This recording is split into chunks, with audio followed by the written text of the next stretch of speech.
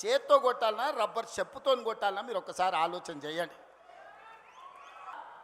కాళేశ్వరం పేరు మీద 1,00,000 కోట్లు గోదావరిలో కలిపిన దుర్మార్గుడు ఆ పాపాల భైరవుడు మళ్ళీ తిరిగి రావాలేనా? ఎవడు వచ్చినా, ఎవడు అడ్డం పడ్డా, ఎవడు ఆత్మహత్య చేసుకున్నా మూసీలేసి తొక్కుతా. ప్రారంభం చేస్తా అని చెప్పి ఒక సాకు పెట్టుకొని వచ్చి ఖాళీ కుర్చీల మీద వాంతి చేసుకొని పోయాడు. ఆయన ఇక్కడ హైదరాబాద్లో నింపుకున్న కడుపు నిండా నింపుకున్న వికారంతో పాటు వచ్చి అక్కడ ఒక చీర ఇచ్చి ఇప్పటికీ 10 సార్లు మీటింగ్లకు గట్టుకురమ్మన్నారు బలవంతంగా అని చెప్పి నిరసనతో వెళ్ళిపోయిన మా నల్గొండ జిల్లా మహిళా సోదరిమణుల నిరసన తర్వాత యథావిధిగా మళ్ళీ కేసీఆర్ పైన కేటీఆర్ పైన అవాకులు చివాకులు వెళ్ళి ఖాళీ కుర్చీల పైన తన వికారాన్ని వాంతి చేసుకుని పోయిండు. ఏమొచ్చింది నల్గొండ జిల్లాకు? కేవలం అధికారుల ప్రయాస,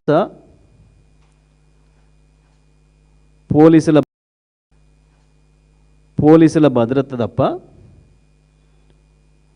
దానికైనా ఖర్చు తప్ప నల్గొండ జిల్లాకు ₹1 వచ్చింది ఏం లేదు. ప్రజాధనాన్ని దుర్వినియోగం చేసి కోట్లాది రూపాయలు ఖర్చు పెట్టి ముఖ్యమంత్రి చేస్తున్న పర్యటనలు, అది నల్గొండ అయినా అది ఇంకొకటైనా ఎక్కడికి పోయినా సరే అవే వికారపు మాటలు, అవే అజ్ఞానపు మాటలు.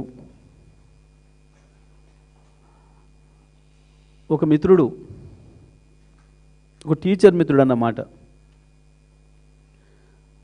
మేము కూడా వాస్తవానికి అప్పుడు ఏదో ప్రభుత్వం మారితే ఇంకో ప్రభుత్వం వస్తే ఏదో చాలా చేస్తాడు మాకు అనుకొని మేము ఓట్లు వేసినాం. కానీ అప్పుడవే తిట్లు ఇప్పుడు ఇవే తిట్లు తప్ప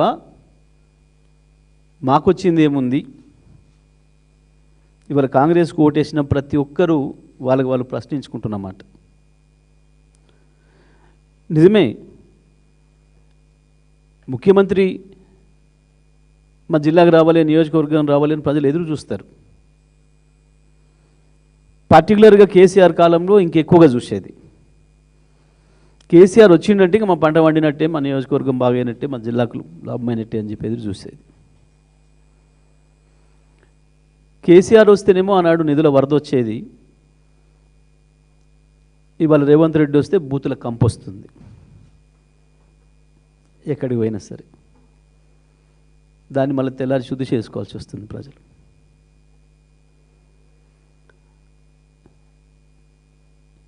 నిజమే, నువ్వు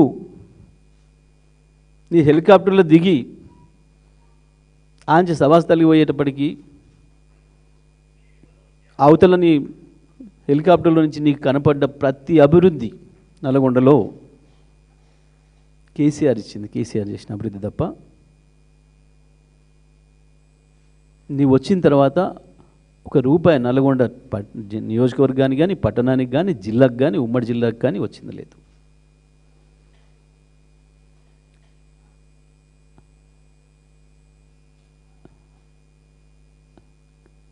కేటీఆర్ మీద ఏడుస్తాడు.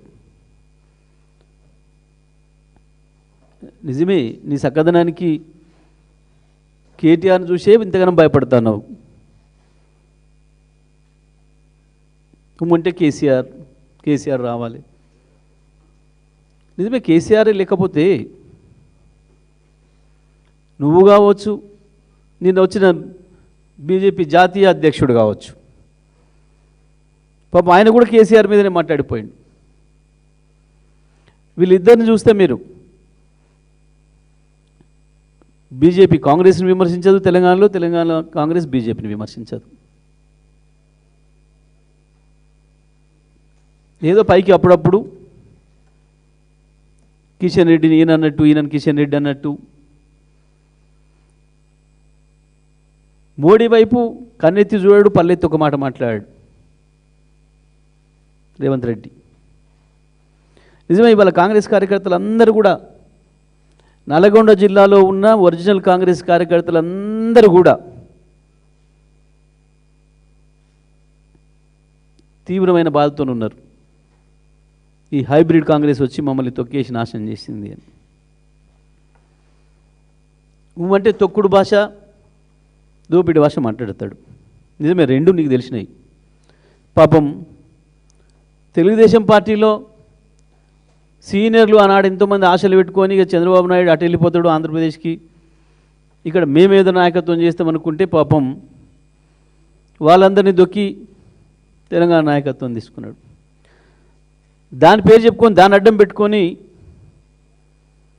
50 కోట్లకే పిసిసి అధ్యక్ష పదవి కొనుక్కొచ్చుకున్నాడు.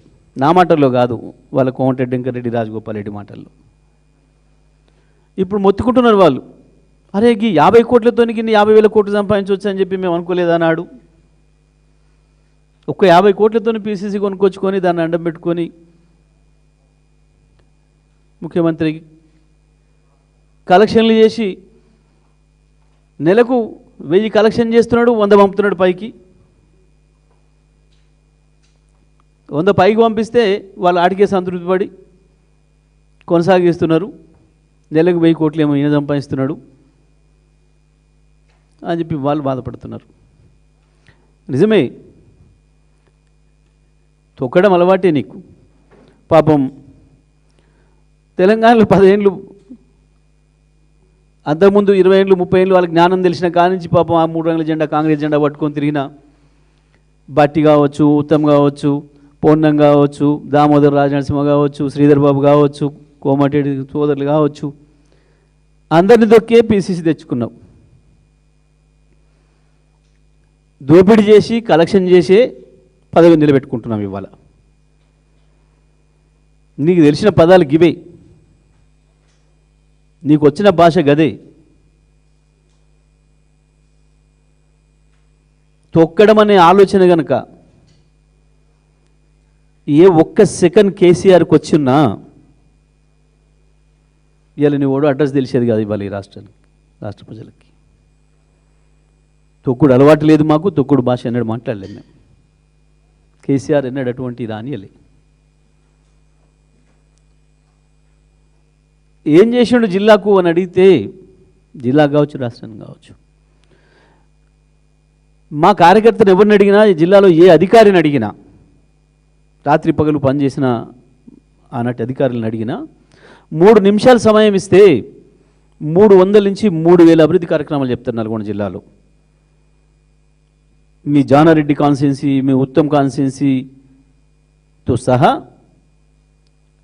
ప్రతిపక్ష నాయకులుగా ఉన్న మీ నియోజకవర్గాలతో సహా ప్రతి నియోజకవర్గంలో మేము చేసిన అభివృద్ధిని 3 నిమిషాలలో 300 నుంచి 3000 కార్యక్రమాలు చెప్పగలుగుతారు. కానీ రేవంత్ నీకు నీ మంత్రులకు ఎవరికైనా అవకాశం ఇస్తే 3 నిమిషాలు కాదు, 3 గంటలు ఇచ్చినా, 30 రోజులు ఇచ్చినా ఒక్కటి చెప్పగలుగుతారా మీరు? నల్గొండ జిల్లాలో మీరు ఏం చేసిండ్రు?